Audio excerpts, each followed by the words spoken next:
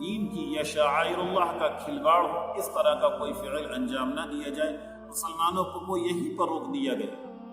چنانچہ مسلمانوں نے اس کا پاس و لحاظ کیا۔ اللہ نے جب یہ فرما دیا وَتَعَاوَنُوا عَلَى الْبِرِّ وَالتَّقْوَىٰ کہ نیکی اور تقوی پر ایک دوسرے کی معاونت کرو، ایک دوسرے کی مدد کرو، وَلَا تَعَاوَنُوا عَلَى الْإِثْمِ وَالْعُدْوَانِ گناہ پر اور سرکشی کے اوپر ایک دوسرے کی معاونت نہ کرو۔ اسی زمرے کے اندر ایمان والوں کو یہ دعوت بھی دی گئی ہے کہ وہ ہر وقت اپنا محاسبہ اس معنی کر بھی کرتے رہیں کہ ان کے دل کے اندر محبت اور معیت کے جذبات مسلمانوں کے مقابلے میں غیر مسلموں کے تعلق سے زیادہ پیدا تو نہیں ہو۔ چنانچہ اللہ کا خطاب ہے یا ایھا الذین آمنوا لا تتخذوا اليہود والنصارى، اے ایمان والو یہ یہود و نصارہ تمہارے دوست نہیں ہو سکے، انہیں دوست نہ بناؤ۔ بعضهم اولیاء بعض، یہ آپس میں سب ایک دوسرے کے دوست ہیں، ملے ہوئے۔ ومن یتولھم منکم فانہ منہم، جو ان سے دوستی کرے گا اس کا شمار انہی میں کیا جائے گا۔ چنانچہ اتنی سخت ترین آیت ہے کہ آج اس پرفتن زمانے کے اندر، بلکہ یوں کہہ لیجیے کہ یہ حالات کی ستم ظریفی رہی ہے کہ ابتدائے اسلام مدینہ منورہ کے اندر جب پروان چڑھا ہے، وہیں سے ایک ایسا طبقہ بھی پیدا ہو گیا جنہیں منافقین کا طبقہ کہا جاتا ہے۔ انہوں نے اسلام کو انتہائی پریشانیاں، ان کی وجہ سے اسلام اور مسلمانوں کو پریشانیوں کا سامنا کرنا پڑا، دقتیں انہوں نے کھڑی کی، پریشانیاں اور تکالیف ان کی وجہ سے سامنے آئی ہیں۔ اسی یہ طبقہ اسی یہودی سازش کی پیداوار ہے۔ چنانچہ ایسے لوگوں کے بارے میں اللہ کی سخت ترین وعید یا ایھا الذین آمنوا من یرتد منکم عن دینہ، اے ایمان والو تم میں سے جو شخص اپنے دین سے پھر جائے، اپنے دین کو چھوڑ دے، اپنے دین کی محبت اس کے دل سے ختم ہو جائے، دین اسلام کی رغبت اس کے دل میں نہ رہے، فسوف یأتی اللہ بقوم یحبهم ویحبونہ، اللہ کو تمہاری ضرورت نہیں ہے، اللہ تبارک و تعالیٰ ایک ایسی قوم لے آئے گا جو اللہ کو محبوب ہوگی اور اللہ بھی ان سے محبت کرتا ہوگا۔ اذلۃ علی المؤمنین، جو مسلمانوں پر رحم کرنے والی ہوگی، کافروں کے لیے سخت ہوگی۔ چنانچہ تاریخ اس بات پر شاہد اور گواہ ہے کہ جب بھی دنیا کے کسی خطے کے اندر نفاق پیدا ہوا ہے، لوگوں نے سرکشی اور طغیان اختیار کیا ہے، تو اللہ تبارک و تعالیٰ نے کچھ ایسے لوگوں کو کھڑا کر دیا، کہیں ہلاکو خاں کی نسل میں، کہیں چنگیز خاں کی نسل کے اندر، تو کہیں دیگر طبقات کے اندر، جو آگے چل کر اسلام کے زبردست داعی بنے۔ تو یہ آیات ہمیں محاسبہ کرنے کی ہمہ وقت فکر دیتی ہیں کہ ہم یہ سوچیں، جو آج مغربی تہذیب کی یلغار ہمارے اوپر ہے، ہمیں لباس پسند ہے تو یہودیوں کا، ہمیں اٹھنا بیٹھنا پسند ہے تو عیسائیوں کا، ہمیں تقریبات پسند ہیں تو دوسروں کی، ہم اگر رسومات اختیار کر رہے ہیں تو وہ دوسروں کے طریقے پر، اگر ہمارے بچے تعلیم پا رہے ہیں تو وہ بھی غیر مسلموں کے طرز پر، انہی کے عقیدوں کے مطابق۔ ہم اپنی اسلامی شعائر کو، ہم اپنے تشخص کو بچانے کے لیے جو فکر ہونی چاہیے اس کی کوئی فکر نہیں، جبکہ قرآن مقدس کے اندر اللہ تبارک و تعالیٰ نے یہودیوں کے بھی عقیدے کو باطل فرمایا ہے، عیسائیوں کے عقیدے کو بھی باطل فرمایا، جو اپنے آپ کو اللہ کے محبوب ہونے کا دعویٰ کرتے۔ اللہ فرماتا تمہارا یہ دعویٰ بلا دلیل ہے، اگر تم یہ کہتے ہو کہ تم اللہ کے محبوب ہو، قل فلم یعذبکم بذنوبکم، کہ اللہ سے تمہیں عذاب کیوں دے گا، تمہاری قیامت کے اندر پکڑ کیوں کی جائے گی؟ معلوم ہے کہ اللہ کی محبوبیت کا دار و مدار یہ نہیں ہے، بلکہ اسے سورہ بقرہ کے اندر ذکر فرما دیا گیا کہ جو اس کے دعوے دار ہیں کہ جنت میں وہ جائیں گے، یہودی ہوں یا عیسائی ہوں، ان کے یہ دعوے بلا دلیل ہیں۔ اللہ تبارک و تعالیٰ کی رضامندی اور قیامت کے دن بے خوفی ان لوگوں کو نصیب ہوگی جو اپنے آپ کو اللہ کی رضامندی کے تابع بنانے کے اللہ کے سپرد کر دیں گے، اللہ کی اطاعت کا طوق اپنے گلوں کے اندر ڈالیں گے۔ رہی بات اس سورت کے سورہ مائدہ کے نسبت کے اوپر یا اس کے الفاظ اور رکوع کے اوپر، سورہ مائدہ کے اندر 16 رکوع ہیں، 120 آیات ہیں۔ 2837 کلمات یا الفاظ جو بھی کہہ لیجیے، 12892 حروف اس صورت کے اندر ہے۔ مائدہ کے معنی عربی زبان کے اندر دسترخوان کے آتے ہیں۔ اصل میں تو یہ اس دسترخوان کو کہتے ہیں جس کے اوپر کھانا لگا ہوا ہو، کھانا چنا ہوا ہو، لیکن عرف عام میں عام دسترخوان کے لیے بھی مائدہ کا لفظ ہی استعمال ہوا۔ قرآن مقدس کے اندر یہ لفظ 2 جگہ استعمال ہوا ہے، اور اس مادے کا استعمال ان 2 مقامات کو شامل کر کے 5 مقامات پر۔ اس لفظ کی اس صورت سے کیا نسبت ہے؟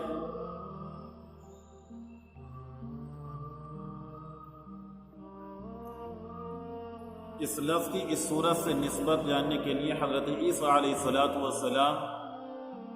اس واقعے کو سامنے رکھیں کہ اللہ تبارک و تعالی نے جہاں مختلف انبیاء علیہ السلام کو علیحدہ معجزے عطا فرمائی تھی، حضرت عیسیٰ علیہ السلام کو بھی کچھ معجزے عطا فرمائی۔ دیگر اقوام و ملل کی طرح ایک موقع پر ان کی قوم نے بھی ان سے یہ تقاضا رکھا، ان کے سامنے یہ درخواست پیش کی کہ آپ اللہ سے دعا کریں کہ اللہ تبارک و تعالی ہمارے لیے آسمان سے دسترخوان نازل فرما دے جس پر کھانا چنا ہو۔ آپ نے اس موقع پر انہیں سمجھایا بھی کہ اس طرح کی ڈیمانڈ، اس طرح کی خواہش اللہ کے سامنے پیش نہ کرو۔ اللہ کا نظام ہے، جب اللہ کی جانب اللہ سے کوئی قوم نبی کے ذریعے سے معجزہ طلب کرتی ہے اور اس معجزے کا ظہور عمل میں آ جاتا ہے اور پھر بھی وہ قوم ہدایت پر نہیں آتی، تو اللہ تبارک و تعالیٰ کی زبردست ترین پکڑ آیا کرتی،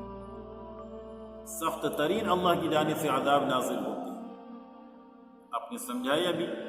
لیکن جب ان کا زیادہ اصرار ہوا تو آپ نے یہ بھی کہا کہ ایسا نہ ہو جس طریقے سے قوم سمود نے صالح علیہ السلام کے ساتھ معاملہ کیا کہ اس سے معجزہ طلب کیا اور پھر اس کی قدر نہ کی، نتیجتاً اللہ تبارک و تعالی نے زبردست قسم کے عذاب ان کے اوپر بھیجے، آندھی اور طوفانوں کی شکل میں۔ ایسا ہی کا نہیں، ایسا نہ ہو تمہارے ساتھ یہ معاملہ۔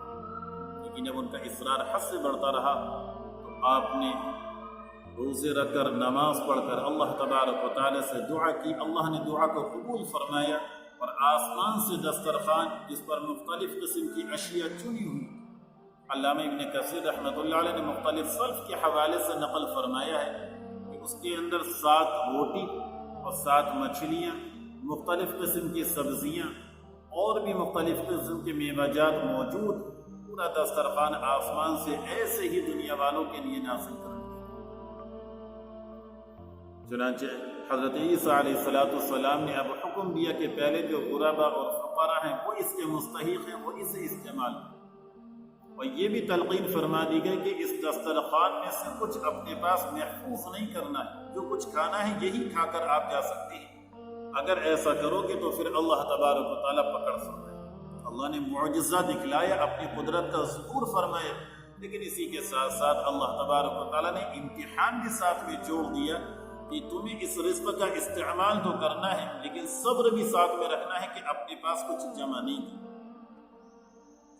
روایتوں کے اندر آتا ہے کہ دسترخوان آتا، لوگ استعمال کرتے، 4000 کے قریب لوگ اس دسترخوان سے فیضیاب ہو جاتے، سیراب ہو جاتے، اس کے بعد وہ دسترخوان ایسے ہی آسمان پر چلتا۔ روزانہ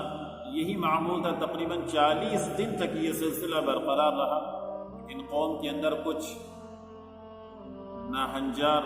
اور کچھ گنہگار ایسے غفلتوں کے مارے ہوئے شامل تھے کہ انہوں نے یہ سب حرکت کی نازیبا کے اس کھانے میں سے کچھ بچانا اور اپنے پاس رکھنا، اسٹور کرنا شروع کر۔ چنانچہ وہیں اللہ تبارک و تعالیٰ کی پکڑ آئی، چیزوں نے اس قسم کی حرکت کی تھی، یا ایسا ہی کچھ عمارہ اور کچھ سردار قسم کے لوگ جو قیل و قال اور اعتراض کر رہے تھے اور اس معجزے کا عملی طور پر انکار کر بیٹھے تھے، اللہ تبارک و تعالیٰ نے ان پر عذاب بھیجا کہ رات کے وقت وہ سوئے تو اپنے گھروں کے اندر انسان کی شکل میں تھے، لیکن جب صبح کے وقت بیدار ہوئے ہیں تو انہیں خنزیر اور بندر کی شکل میں تبدیل کر دیا۔ العیاذ باللہ، اللہ ہماری حفاظت فرمائے۔ چنانچہ اس لیے آتا ہے کہ ایک موقع پر جب کفار مکہ کی جانب سے یہ تقاضا کیا گیا کہ اے اللہ کے رسول، آپ صفا کے پہاڑ کو سونے کا بنا دیجئے تو ہم ایمان لے آئیں۔ اللہ کے رسول کے دل میں خواہش پیدا ہوئی کہ اللہ سے دعا کر دی جائے، کیونکہ آپ چاہتے تھے کسی بھی طریقے سے یہ جہنم سے بچ جائے، ایمان کے اندر داخل ہو۔ ابھی خواہش اور یہ جذبات پیدا ہوئے ہی تھے کہ اللہ تبارک و تعالی نے حضرت جبریل امین علیہ السلام کو بھیج دیا کہ اے محبوب، آپ کے دل کے اندر یہ تمنائیں پیدا ہو رہی ہیں، یقیناً یہ تمنائیں قابل رشک ہیں، لیکن اگر آپ نے اس معجزے کو طلب کیا، اللہ نے اس کا ظہور فرما دیا اور اس کے باوجود بھی یہ لوگ ایمان نہیں لائے، تو پھر اللہ تبارک و تعالیٰ کا جو ضابطہ ہے اس کے مطابق ان کی پکڑ ہے۔ لہذا بجائے اس کے کہ آپ یہ دعا کریں کہ یہ کوہ صفا سونے کا بنا دیا جائے، آپ دعا کریں کہ اللہ تبارک و تعالیٰ انہیں توبہ کی توفیق دے دے اور اللہ تبارک و تعالیٰ ان پر اپنا رحم ہو۔ چنانچہ آپ نے یہ دعا کی، اور اس دعا کے پھر بعد میں آثار ظاہر بھی ہوئے کہ ایک وہ وقت بھی آتا ہے جب پورا کا پورا مکہ بھی اسلام کے اندر داخل ہو جائے۔ تو یہ چند اسباب تھے جو اس سورہ مائدہ کے ذریعے سے ہمیں دیے گئے کہ ہم اپنی ایمان کی حفاظت کریں، اپنے عقیدے کو مضبوط کریں، غیر اسلامی عناصر کی سازشوں کو سمجھتے ہوئے ان کے پرفتن جالوں سے اپنے آپ کو بچائیں، اسلامی شعائر کی حفاظت اپنے ذمے لیں، اپنے ظاہر کو پاک رکھیں، اپنے باطن کی اصلاح کی طرف متوجہ ہوں، عقیدہ تثلیث سے اپنے آپ کو بچائیں، شرک سے، اسباب شرک سے، علامات شرک سے، کفر کی جانب لے جانے والی جتنی بھی چیزیں، ہر چیز سے ہمیں اجتناب کرنا ہے۔ یہی اس سورہ مائدہ کا سبق ہے۔ اللہ تعالیٰ اس پر عمل کی توفیق نصیب فرمائے۔ السلام علیکم۔